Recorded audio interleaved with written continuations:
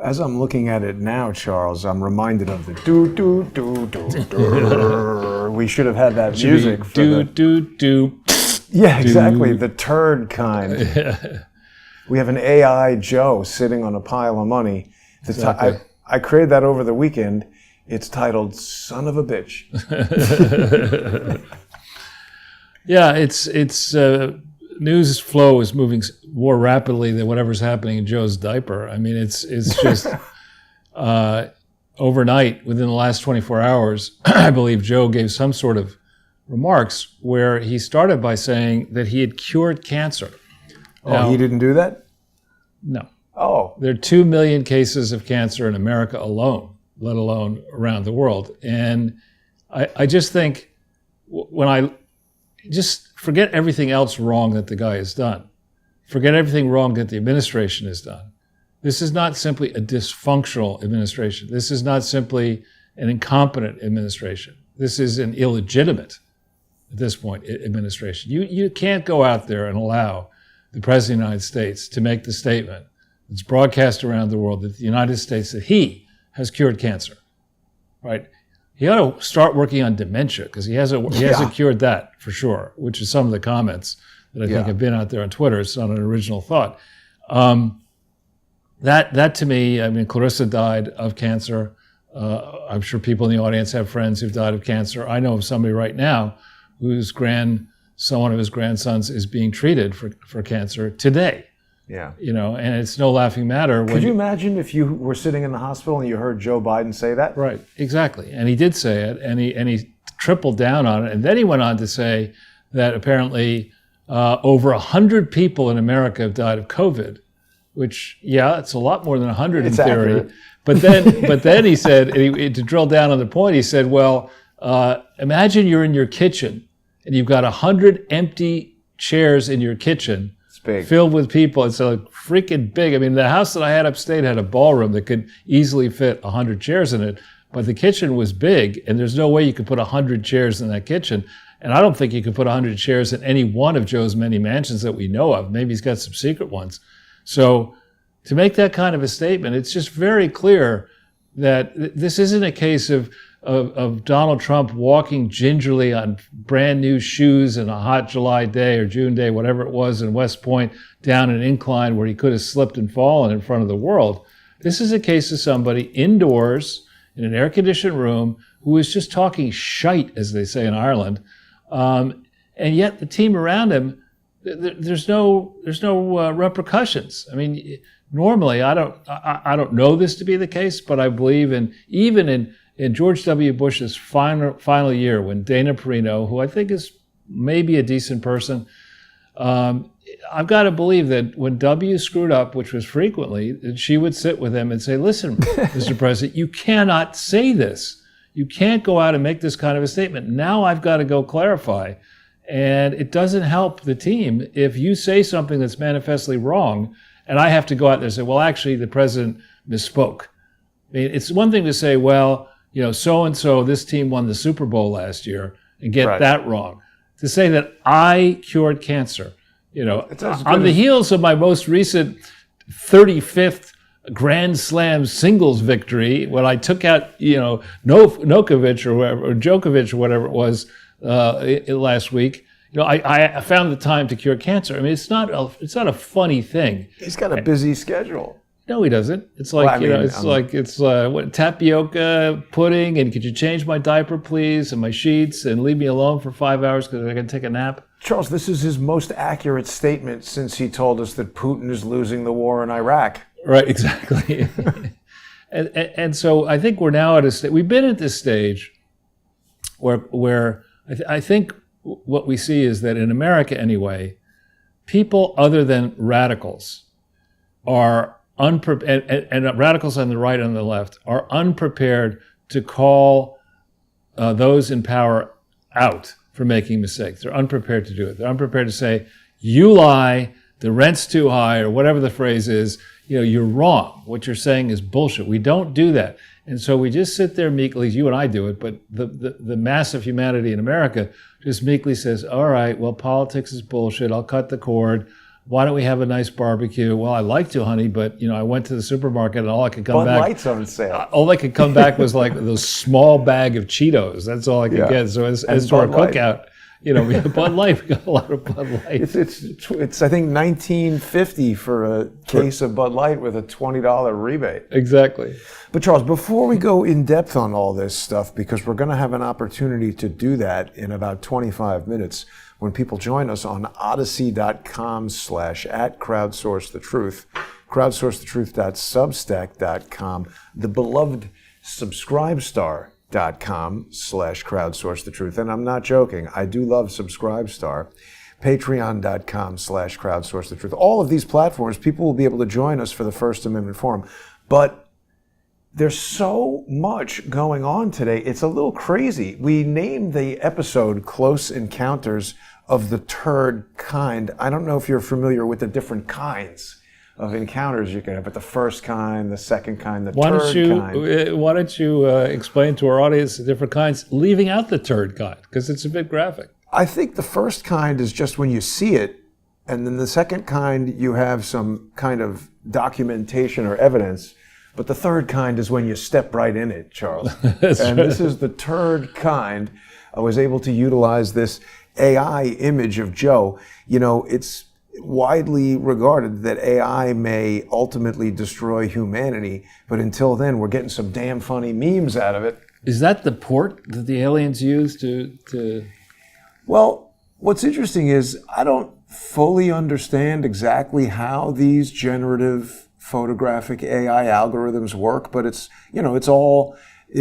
learning from images of Joe, and it seems to really often use the detached earlobe Joe. And I named this son of a bitch because he looks just like he looked in that video at the Council on Foreign Relations, and it was detached earlobe Joe saying that. What's with the stogie? It looks like it's a two-stage missile.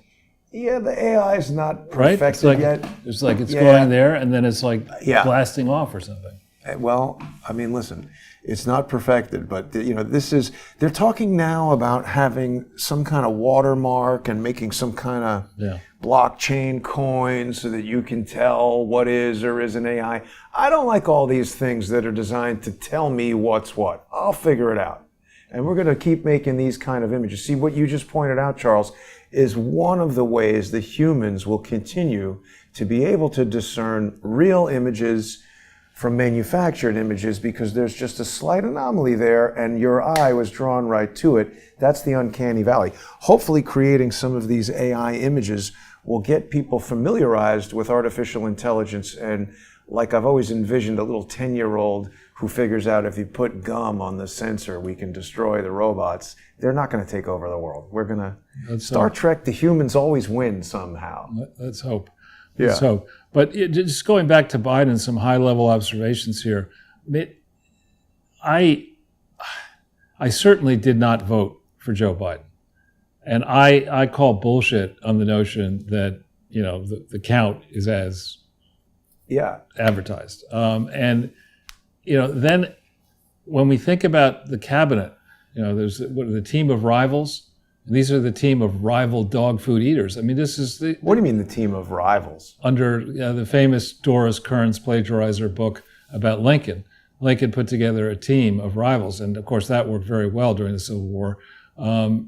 Seems like a recipe for disaster. Well, there are people who believe that that if you're a great manager and you put people underneath you who understand that they're junior to you and that they're going to compete, that gets the best. There's that school of thought. And then there's another school of thought that when you do that in the middle of a civil war, maybe that's not going to work so well. So, but then maybe it worked well under Lincoln, or maybe Lincoln didn't survive the second term very long. But how did he like to play? Exactly, not much. Doesn't remember. Sorry, Charles, I forgot to...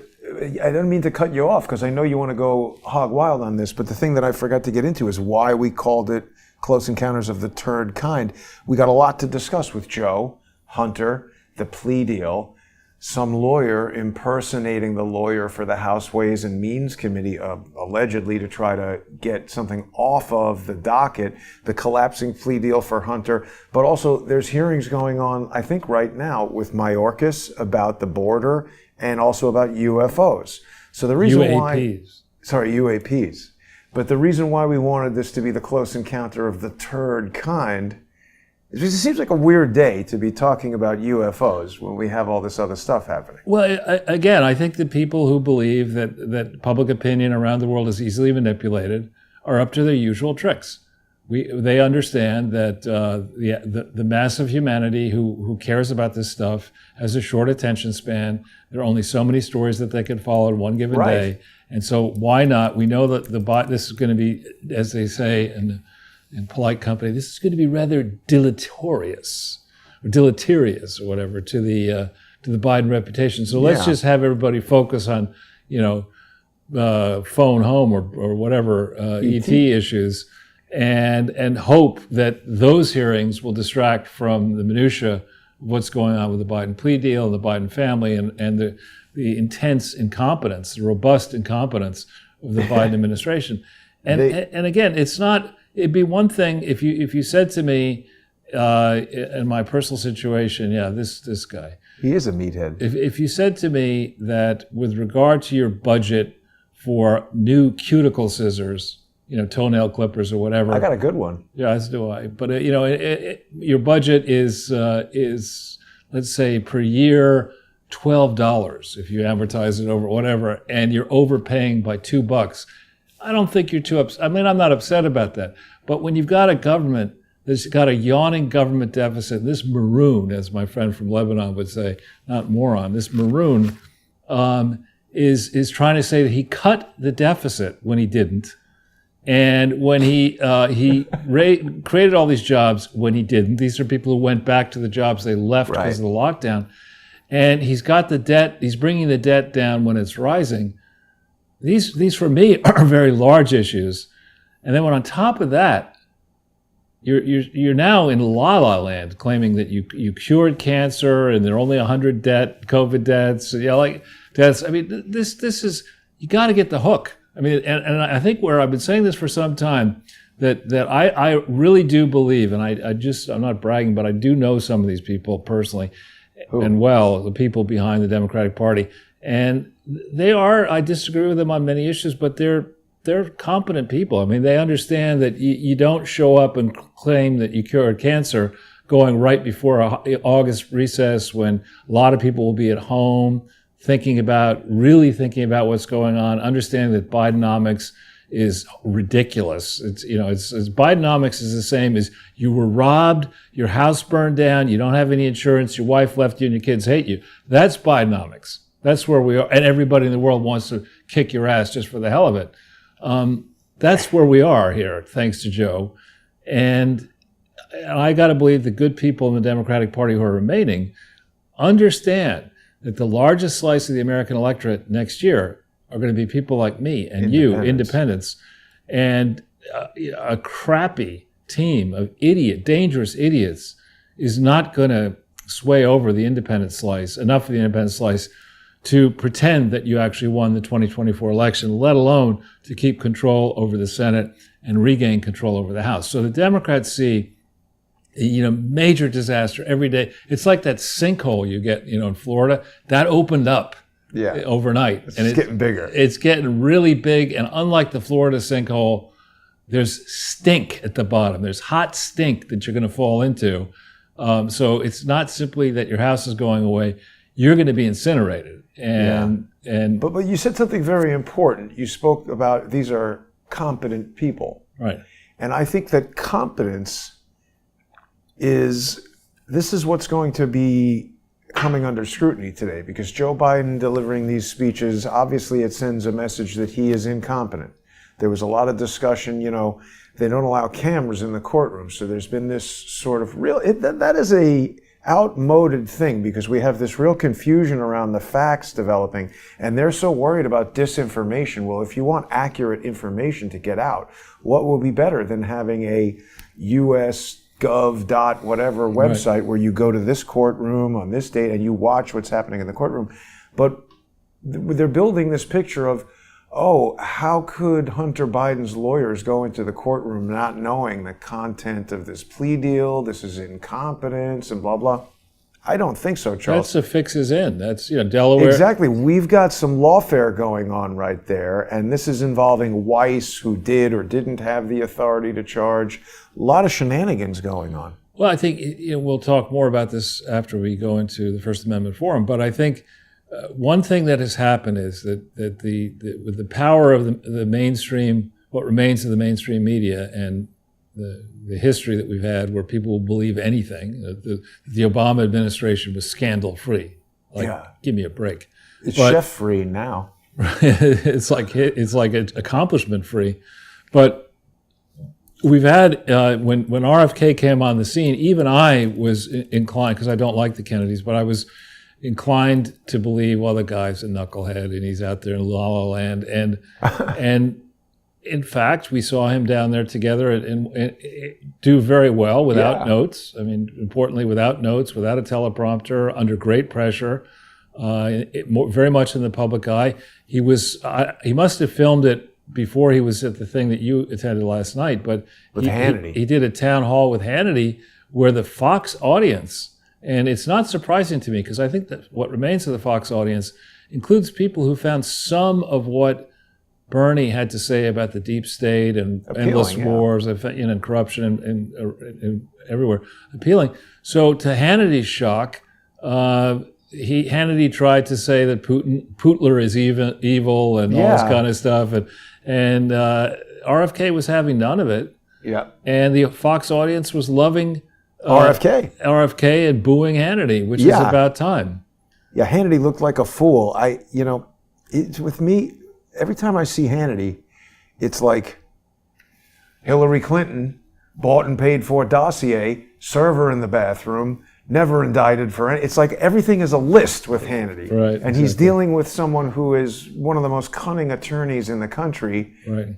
He should be a gym coach. No offense to gym coaches. Right. For Hannity. But my point is that where Biden thought his position was so strong that he could say, I'm like Trump, I'm not going to go to debates against these. Right. I'm not going to debate this pretend Democrat, RFK. I mean, what's his legacy in the Democratic Party? What right does he have to stand up and try to be the standard bearer of the Democratic Party? But my son is the smartest person I know, which is the problem. So I think a lot of things have gone very badly for Team Biden and the people who are protecting Team Biden. And I think it's really reached the point where self-respecting people, some Democrats are finally coming out. Some Democrat congressperson from Pennsylvania said, it was pushed on one of these shows and said, I think it was on a left-wing show, and said, well, yeah, there are legitimate questions about Biden and his family. And the guy's like, okay, like what are they? And she said, well, I don't have any, but I think there are, Who left the cocaine there? Right. That's a question. Right, exactly. So I just think this is something that right now you can pretend, I got this, Joe. You're going to be the next president. Don't worry, we got you covered.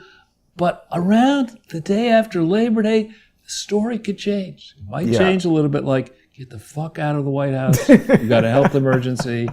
Kamala, what do you think? You could bark like a seal. You're not going to get in to the White House. Have a go bag ready. You get that go bag. You take your husband, go back to California, be a lobbyist, do whatever you want. We'll get you on the board of Disney or some other woke company, but you're not going to be president. She could work in the lobby at Disney. Charles, people are going crazy on Hannity in the comments. One of the things that he said that was so stupid, he was talking to RFK about Ukraine, and he was like, yeah, I agree with you. Zelensky is this and that, but it makes no sense. Send them the F-16 so they can win, right, Bobby? And RFK demolished. He demolished him, but then Hannity was just like, let's talk about COVID. Right, exactly. He was so out of his league. It was ridiculous. It was like not even a conversation. Well, I first encountered COVID. Actually, you see that Durbin got COVID for the third time this year? No. Yeah. He's been like triple vaxxed or whatever. Oh, Sinead O'Connor died from unknown reasons. Right. But back on Hannity, when I was in that hiatus period, when I was looking after my kids and I was doing a lot of driving, tremendous amount of driving. And you may not remember that from your days in the suburbs, but your parents really had to do. I had to everywhere.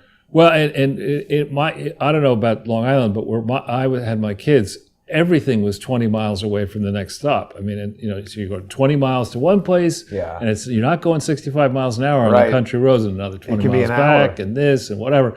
And so I found myself listening to Rush very frequently, and then to Hannity. And I have to say, Hannity in those days, in 2002, so 21 years ago, he was pretty good. He was quick on his feet. He was entertaining. Remember, he does 3 hours of radio and then his shows. But he's long in the tooth now. He's not he was entertaining back then because he wasn't highly educated. I think he admits he has dyslexia, so he's not that well, like severe dyslexia. So to do all that he was doing, to go from kind of being, odd jobs to landing in radio, and he really was pretty much of a pioneer after Limbaugh.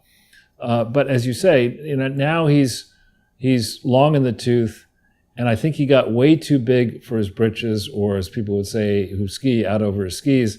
He doesn't ski, I don't think, on Trump. Telling Trump what to do, and he was speaking to Trump.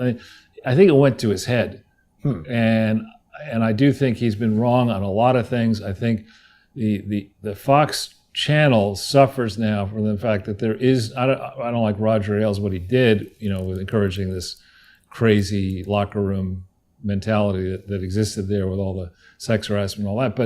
But it was a hard-hitting newsroom under Ailes. And when he left, a lot of the talent that really knew what they were doing was forced out.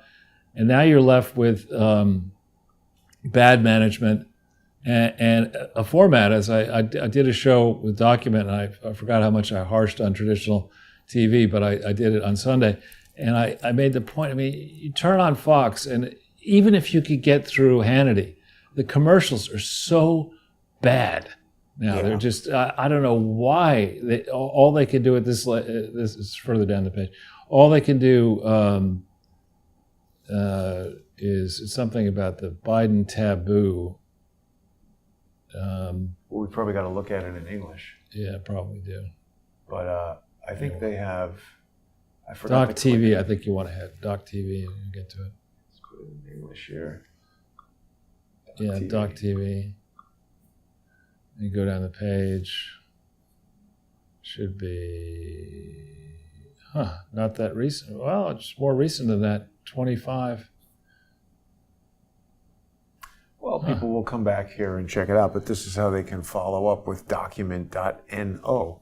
But at this stage, the mainstream television is just so annoying. You know that for every hour, you've got to put up with about 20 minutes of interruptions, station breaks, stupid ads, whatever. People are asking us, what are the actual charges on Hunter? We're going to get into detail on what's going on with Hunter in actually just about 5 minutes. We've only got 2 minutes left here, but people are going to be able to join us on subscribestar.com/crowdsourcethetruth, patreon.com/crowdsourcethetruth, odyssey.com/@crowdsourcethetruth, and crowdsourcethetruth.substack.com. Charles, what's our departing comment for our guests today, our viewers today? Well, look for a piece. Intermittently, I write for various operations, so look for a piece that's coming out in American Thinker. I can't tell you when. I know it's been approved, and I just don't know when it'll be out, involving yours truly, or written by yours truly. And I'm going to start to supplant the detail stuff that I put out in Substack with stuff that's available to a wider audience through American Thinker, start cross-linking things. But one good thing about the American Thinker is they have an excellent editorial staff, and they're really hard-hitting, and they do a good job, and their stuff tends to get a fair amount of traction, I found. Definitely. So. Right, and we're not going to be reviewing Barbie or Oppenheimer, although I don't know. I came fully prepared for that. I saw something in Variety today that said that they're inextricably linked. I wonder what Robert Oppenheimer was his name, right? What would he think about being inextricably linked to the toy? I don't know. I think the variety person is inextricably linked to the cocaine that Hunter claims he doesn't use and that they can't find in the White House. I don't know that they make that claim. I think they want to know who's got it. Yeah. If you're with variety. But okay, we're going to continue this conversation right now. Please join us over on the sponsor exclusive segment. Huge thank you to everybody who's been sponsoring the show. The sponsors allow me to bring everybody information like that wonderful thing we saw last night. Oh, Bob Bishop just emailed the bail requirements, so we'll take a look at this. Oh yeah, this was just entered right now. So this is... You mean the great Bob Bishop? The great Bob Bishop has just sent us a document, I guess, from the court here. This is orders setting conditions on release. So we'll go over all of this. Join us on the First Amendment Forum. We'll be right back. Thanks for tuning in, everybody. And thanks for sending that, Bob.